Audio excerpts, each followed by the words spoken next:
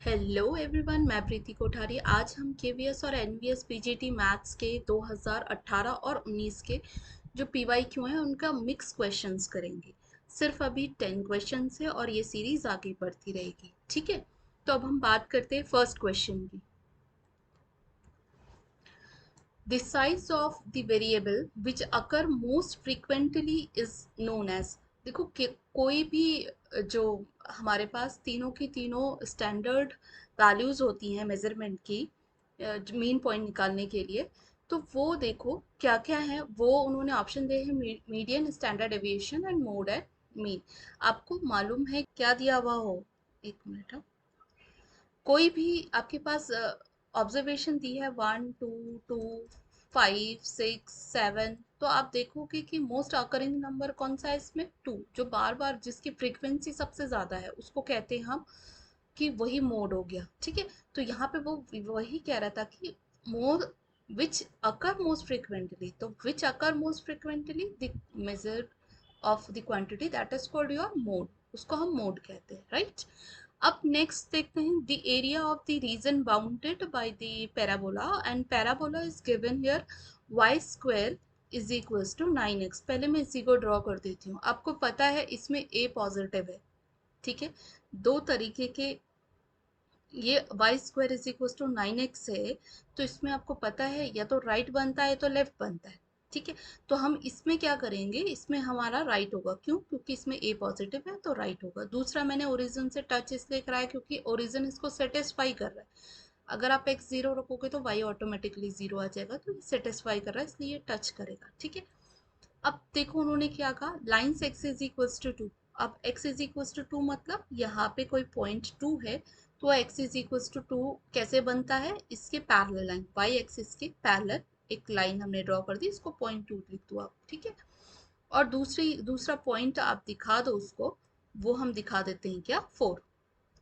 तो वो कह रहा है कि आपको and the x axis in the first quadrant, वो सिर्फ फर्स्ट क्वाड्रेंट में कितना एरिया ये पैराबोला कवर कर रहा है वो फाइंड आउट करना है। तो देखो इसको करने के लिए हम क्या करेंगे, इसको करने के लिए हमें पता है हम इंटीग्रेशन का यूज करते हैं। लिमिट क्या लेंगे, और स्ट्रिप हम जो लेते हैं ना ऐसे वर्टिकल लेंगे। क्यों? क्योंकि जो एक्सिस उस कर्व को बाउंड कर रही है उसको आप ध्यान में रखो। जैसे यही एक्सिस अगर इस साइड को बाउंड कर रही होती तो हम इस एरिया को हम क्या कर सकते थे, दोनों कंडीशन से फिर ले सकते थे, हॉरिजॉन्टली और वर्टिकली स्ट्रिप ले सकते थे। बट यहाँ पे साफ दिख रहा है कि वो केवल इसमें एक्स एक्सिस आ रही है इस एरिया में, तो मैं इसको वर्टिकली लूंगी। ठीक है, इसका मतलब ये जो रीजन होगा, ये छोटा सा रीजन, ये dx हो जाएगा, और ये जो होगा वो आपका y हो जाएगा। ठीक है, तो इंटीग्रेशन क्या आ जाएगा, y dx हो जाएगा, लिमिट 2 to 4 हो जाएगा। अब y की जो वैल्यू है उसको आप रखेंगे तो वो कितना होगा, 2 से 4, और ये कितना हो जाएगा, 3 रूट एक्स हो जाएगा। ठीक है, अब रूट एक्स हुआ, डी एक्स हम कर लेंगे वैल्यू। अब आप रखो, देखो नेगेटिव में इसलिए नहीं ले रही क्योंकि एरिया नेगेटिव नहीं ले सकते, नहीं तो हम जब 9 का रूट करते तो हमें पता है दो वैल्यूज आती +-3, तो हम पॉजिटिव ही लेंगे इसमें। ठीक है, अब देखो क्या है, अब आप इसमें नेक्स्ट का क्या लिख सकते हैं, इसकी वैल्यू निकालिए आप, 3 रूट एक्स, और सॉरी इसका इंटीग्रेशन करो। तो इंटीग्रेशन हम करेंगे, 3 बाहर ले लेते हैं, और x की जो पावर होगी वो 3/2 हो जाएगी। ठीक है, कितनी होगी, 3/2, और होल अपॉन में भी 3/2 होगा। ये इंटीग्रेशन हमको मालूम होता है, 4 हो गया। अब होगा 3 इंटू, इसको मैं बाहर ही ले लेती हूँ तो 2/3 हो जाएगा। ठीक है, अब अंदर आप करेंगे तो ये 4 की पावर 3/2 हो जाएगा, माइनस का 2 की पावर 3/2 हो जाएगा, राइट। इसको सॉल्व करो थोड़ा सा, तो ये इसको 2 का स्क्वायर लिख सकते हैं, 2 से 2 कैंसिल हो गया तो मतलब 8 आ जाएगा, -3। इसको हम क्या लिखें, ये हो जाएगा 2 इंटू रूट टू होगा ना, इसको ऐसे ही रहने दो फिर, 2 इंटू रूट टू। इसे थोड़ा सॉल्व करो तो ये 16 माइनस 4 रूट 2 हो जाएगा। ठीक है, यही हमारा स्क्वायर यूनिट। अगर हम लिखते इसको पूरा, हमें सॉल्यूशन करने को देते तो हम यूनिट वगैरह सब लिख लेते, अभी हमें केवल ऑप्शनल है तो हम केवल डायरेक्टली कर सकते हैं। ठीक है, अब देखो next, the value of the integral, और एक इंटीग्रल दिया। जब भी आपके पास e की पावर x आए तो पहले एक ये फॉर्मूला होता है, देखो F X plus F dash x. अगर किसी क्वेश्चन में ये बन रहा है तो इसकी जो वैल्यू होती है वो e की power X F X plus C होती है। पहले इसको चेक करो, अगर ये नहीं हो रहा है तो फिर हम कुछ और करेंगे, पहले इसको चेक करके देखते हैं। देखो i इज इक्वल्स टू, मैं इसको क्या लिखूँ, e की पावर x को बाहर ले लो, x plus one minus one whole upon में वन प्लस एक्स का होल स्क्वायर डी एक्स लिख सकते हैं। i इज इक्वल्स टू कितना हो जाएगा, e की पावर x सेपरेट कर लो तो ये जाएगा x plus one upon X plus one का whole square minus one upon में वन प्लस एक्स का होल स्क्वायर। ठीक है, और डी एक्स कर दो, ये से ये कैंसिल हो जाएगा तो कितना बचेगा, e की पावर x और ये हो जाएगा आपका वन अपॉन में वन प्लस एक्स माइनस का वन अपॉन में वन प्लस एक्स का होल स्क्वायर डी एक्स। अब हमें मालूम होता है जब मैं इसका वन प्लस एक्स की पावर माइनस वन का अगर मैं डिफ्रेंशिएशन करूँ तो माइनस का वन वन अपॉन में वन प्लस एक्स का होल स्क्वायर बनेगा, बनेगा एफ डैश, वही तो एफ डैश आ रहा है, तो इसका मतलब ये एफ एक्स हो गया, ये इसका एफ डैश एक्स हो गया। सेम पैटर्न यहाँ पे बन रहा है हमारे पास, ठीक हो गया। तो अब हम इसको क्या कर सकते हैं, जब ये है तो इसकी वैल्यू कितनी आनी चाहिए, e की पावर x प्लस e की power x F X plus C आनी चाहिए। तो इसका मतलब जो हमारी इसकी वैल्यू होगी ना वो कितनी हो जाएगी, i इज इक्वल टू ई की पावर x और एफ एक्स कितना है वन अपॉन में वन प्लस एक्स प्लस सी। ढूंढो ऑप्शन थर्ड, राइट। नेक्स्ट करते हैं, the value of tan inverse 1 plus cos inverse minus half 1 upon में 2 plus sin inverse minus 1 upon 2, इसकी वैल्यू निकालनी। तो देखो आपको पता है इसकी वैल्यू क्या आएगी, इसकी तो पाई बाई फोर आएगी, कोई डाउट नहीं है। ठीक है, क्योंकि इसको हम टेन पाई बाई फोर लिख सकते हैं, टेन से टेन इनवर्स कैंसिल नहीं होता है, पर हम यहाँ पे कह सकते हैं कैंसिल हो गया, पाई बाई फोर आ गया।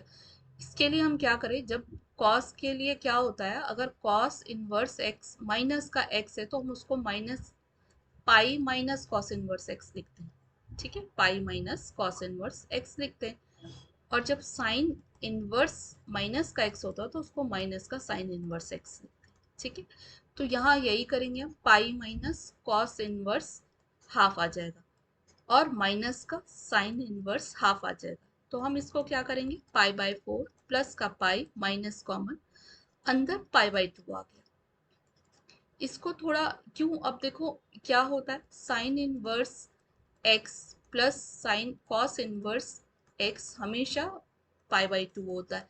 ठीक है, एक रेंज के अकॉर्डिंग, बट यहाँ पे हो रहा है वैल्यू तो हम इसको लिख देते हैं पाई बाई टू। आप इसको वैल्यू सॉल्व करो, pi minus pi by two है तो आपको पता है इसको सॉल्व करके कितना आएगा, पाई बाई टू आएगा।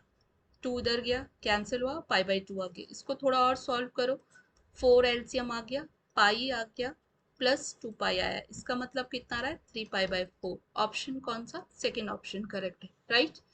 नेक्स्ट देखिए, क्वेश्चन नंबर फाइव में क्या कह रहे, सेम क्वेश्चन है। देखो अभी हमने ये सॉल्व किया, मैंने इसका फॉर्मूला भी बताया आपको कि जो ये होता है sine inverse x plus cos inverse x होता है वो हमेशा पाई बाई टू होता है।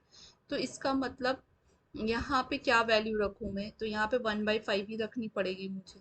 ठीक है, तो x की मैं क्या वैल्यू रखूँ यहाँ पे, तो वो मैं यहाँ पे क्या रखूँगी, वो वैल्यू मैं वन बाई फाइव रखूँगी।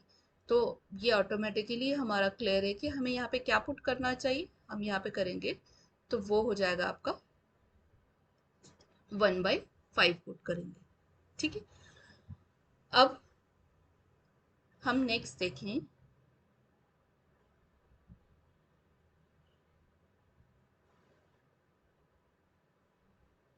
इज इक्वल, ये क्वेश्चन थोड़ा सा इनकम्प्लीट है, इज इक्वल्स टू वन है। ठीक है, अगर इज इक्वल्स टू वन है तो मैं इसको लिख सकती हूँ ना साइन, अब देखो मैंने क्यों डायरेक्टली कहा आपको, अगर ये दोनों के दोनों सेम होंगे तो यहाँ पाई बाई टू आएगा, और इक्वल में क्या है वन है, तो साइन पाई बाई टू की वैल्यू कितनी होती है, वन होती है ना।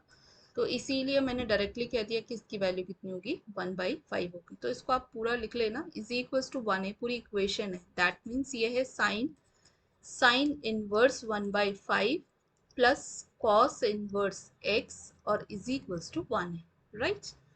नेक्स्ट देखिए क्या है, the mean and variance of random variable having binomial probability distribution are 4 and 2 respectively, then P X is equals to one. आपको फाइंड आउट करना, प्रोबेबिलिटी निकालनी है यहाँ पे।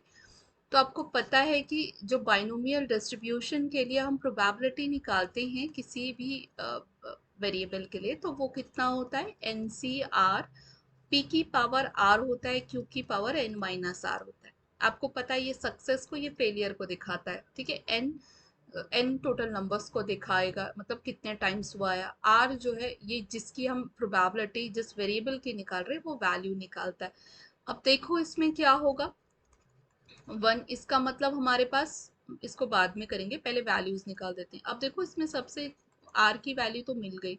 हमें पता है मीन जो होता है वो एन पी इक्वल्स टू 4 दिया हुआ है, और एन पी क्यू जो वेरिएंस है वो 2 दिया है। देखो ये वैल्यूज आपको पता होनी चाहिए कि मीन एन पी होता है और वेरिएंस एन पी क्यू होता है, ठीक है। अब देखो इसकी वैल्यू यहाँ पुट करोगे तो कितना होगा, 4q इज इक्वल टू 2।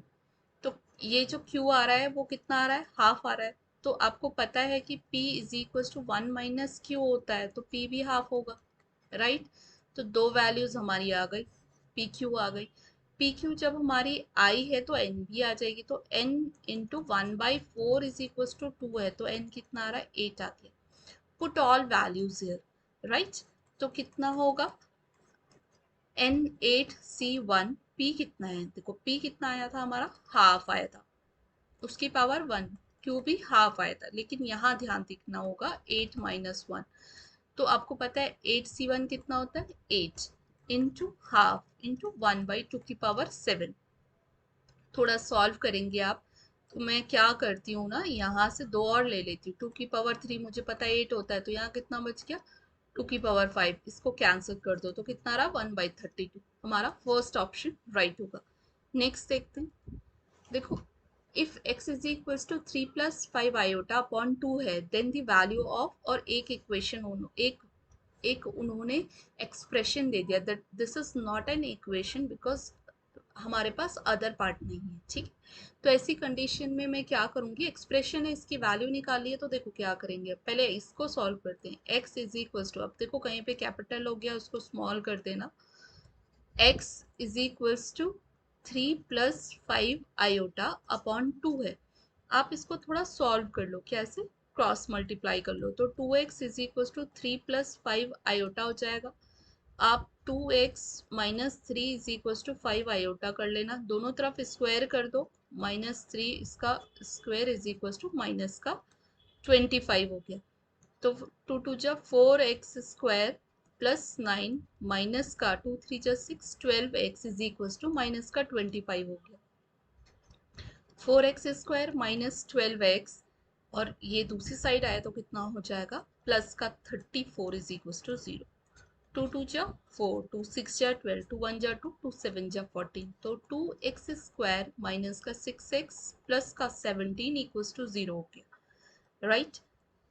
अब देखो हमारे पास इक्वेशन क्या थी, हमारे अभी इतना ही आया, अगर हमें कुछ हेल्प मिल रही है क्योंकि दिख रहा है कुछ बन तो रहा है, इसको करके देखते हैं, ठीक है, कि ये आखिर क्या बन रहा है, और इसको आगे सॉल्व करने की, ठीक है। 2x³ minus 6x square plus 17x plus 12 है आपके पास, कोई भी एक्सप्रेशन पी एक्स पे लिख देती हूँ मैं, ठीक है। तो ये इज इक्वल्स टू, मैं यहाँ से अगर x कॉमन ले लूँ तो 2x square minus 6x plus 17 हुआ, और प्लस का 12 हो गया, तो ये कितना हो गया, 12, ठीक है। तो इसका आंसर कितना आ गया हमारे पास, 12। क्यों आया, आपको पता है इसकी वैल्यू अभी हमने निकाली, 0 आ गया था, तो हम डायरेक्टली इसका आंसर लिख सकते हैं 12। इसका मतलब देखो कितना आसान था, केवल आप इसको सॉल्व करके पुट कर ली वैल्यू, आंसर आ गया। अब देखो नेक्स्ट क्वेश्चन क्या है, if vector a b c are the three non coplanar vectors then the value of, और एक एक्सप्रेशन दे दिया, इसकी वैल्यू निकालनी है। तो हमेशा याद रखो जो ये जो कोप्लेनर नॉन कोप्लेनर वैक्टर्स है ना आपके पास, ए बी सी, तो इनको लिखने का क्या तरीका होता है, जैसे अगर a डॉट बी क्रॉस सी है, ठीक है, क्या है, a डॉट बी क्रॉस सी लिखा है इन्होंने, ठीक है। इसको हम जब लिखते हैं तो हम इसे ए बी सी भी लिख सकते हैं। तो इसको लिखने का एक पैटर्न है कि आपको एक ही सीक्वेंस में अगर आप लिखोगे, जैसे आप नेक्स्ट वाला लिख रहे हो तो आप लिख रहे हो बी, बी के बाद क्या आता है सी, उसके बाद आप ऐसे लिख रहे हो ए लिख रहे हो, ठीक है। और एक और आप टर्म इसका लिख रहे हो, लास्ट टर्म एक ही सीक्वेंस में लिख रहे हो, जैसे आपने इसको लिखा ए हो गया, बी हो गया, आप सी को ले लो, तो सी आएगा, ए आएगा, फिर बी आएगा। अगर ये एक ही पैटर्न में लिखे हैं तो ये सब बराबर होते हैं, और नहीं है तो बनाने के लिए हम माइनस ले लेते हैं। ठीक है, तो ये सब एक सीक्वेंस में बने हुए हैं तो सब इक्वल हो गए ना। अब अपने क्वेश्चन पे आते हैं। देखो वहाँ पे पेपर में भी हमें दो दो बार लिखने की कोई ज़रूरत है नहीं, हमें पता है कि ये बराबर होते हैं। तो अब आप क्या करो, ये दोनों देखो ए बी सी और बी सी ए सेम पैटर्न है ना, इसको कैंसिल कर दो, वन आ गया। इसको भी आप बी के बाद सी फिर ए है, ठीक है, सी है फिर ए है बी है, ये भी ठीक है, तो दोनों बराबर प्लस वन हो गया। लेकिन यहाँ देखो सी है, सी के बाद यहाँ क्या आना चाहिए था, ए के बाद क्या आना चाहिए था, बी। ये पैटर्न चेंज हो गया, तो इसका मतलब माइनस करके मैंने माइनस किया और फिर इसके पैटर्न को चेंज कर दिया, मतलब मैंने क्या किया, इसको ए क्रॉस बी कर दिया। ठीक है, और यहाँ भी पैटर्न करेक्ट है, तो ये भी क्या हो जाएंगे, अब कैंसिल हो जाएंगे। लेकिन आया कितना, माइनस, तो ये दोनों कैंसिल हो गया, बना कितना आपका, वन। राइट।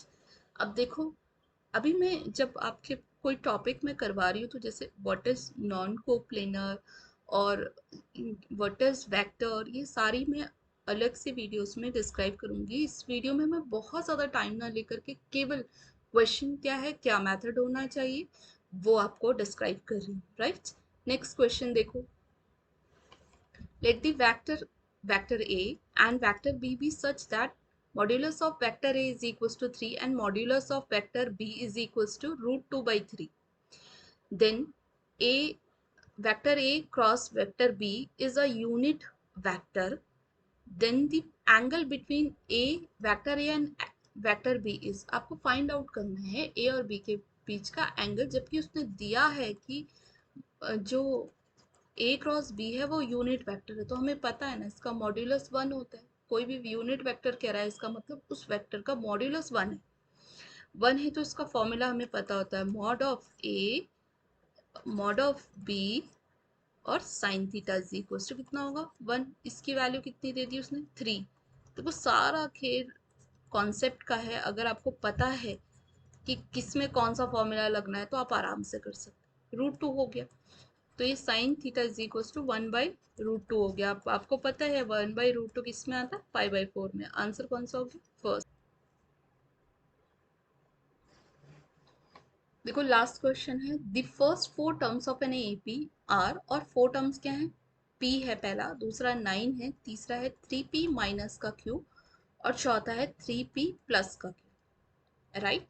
अब आपको क्या करना है, अब आपको एक टर्म निकालना है 2010। आपको पता है ये कितना हुआ, a प्लस 2009 इंटू डी, यही होता है ना बेसिकली। तो हम इसको निकालना है अभी, तो इसके लिए d चाहिए, a चाहिए, तो हमें इसको करने के लिए इसका सॉल्यूशन बाद में करेंगे, पहले कुछ चीज़ें निकाल देते हैं। अब देखो, नाइन माइनस का p, नाइन माइनस का p किसके बराबर होना चाहिए, three P minus Q minus nine. देखो इसको आई थिंक बताने की जरूरत नहीं है, क्योंकि second term minus first term, third term minus second term, ये डी होता है, दोनों बराबर होना चाहिए क्योंकि एपी है। डी क्या होता है, इसमें कांस्टेंट होता है। ठीक है, तो ये हो गया। अब हम क्या करेंगे इसमें, ये आपके पास आ गया नाइन माइनस पी, इसको सॉल्व करो तो ये आ गया 18 इज इक्वल्स टू, पी को दूसरी साइड ले जाओ, फोर पी माइनस का क्यू। एक इक्वेशन ये बन गई, एक और बनाते हैं। तो एक और किससे बनाए, थ्री पी प्लस का क्यू माइनस का थ्री पी प्लस का क्यू हो जाए। ठीक है, अब is equals to three P minus का क्यू माइनस का नाइन हो गया। अब हम क्या करें, मैंने क्या किया, इस लास्ट टर्म को थर्ड टर्म से और थर्ड टर्म को सेकेंड टर्म से सब्ट्रैक्ट करके इक्वल कर दिया, इसको कैंसिल किया। ये two Q is equals to three P minus का क्यू माइनस का नाइन आ रहा है, तो ये three Q is equals to three P minus का नाइन हो गया। तो ये थ्री वन जा थ्री, थ्री थ्री जा नाइन, तो Q is equals to P minus का थ्री हो गया। राइट। अब हम क्या करेंगे, q माइनस का p is equals to minus का थ्री हो गया, तो ये माइनस का थ्री इज इक्वल्स टू, मैं दोनों इक्वेशन को सॉल्व कर रही हूँ, इक्वेशन वन और टू को सॉल्व कर रही हूँ। ठीक है, तो ये हो जाएगा आपके पास p माइनस का p और प्लस का q। कितना होगा ये 3p is equal to 15। p कितना हो रहा है आपका 5 हो रहा है, 5 आ गया। अब आप इसको यहाँ पे रखो तो ये हो जाएगा कितना q माइनस का 5 इज इक्वल टू माइनस का 3। q कितना आ रहा है 2 आ रहा है। अब Q2 आ गया। अब आपको पता है फर्स्ट टर्म भी आ गया हमारे पास, चलो फर्स्ट टर्म 5 आ गया। अभी क्या रह गया d। d के लिए हमें क्या करना होगा 9 minus P is equals to कितना है आपका d होता है, तो दिस इम्प्लाइज 9 माइनस का 5 इज इक्वल्स टू d। तो d कितना होगा 4 होगा। ठीक है, तो पुट इट यार 4। तो 5 इज इक्वल प्लस कितना होगा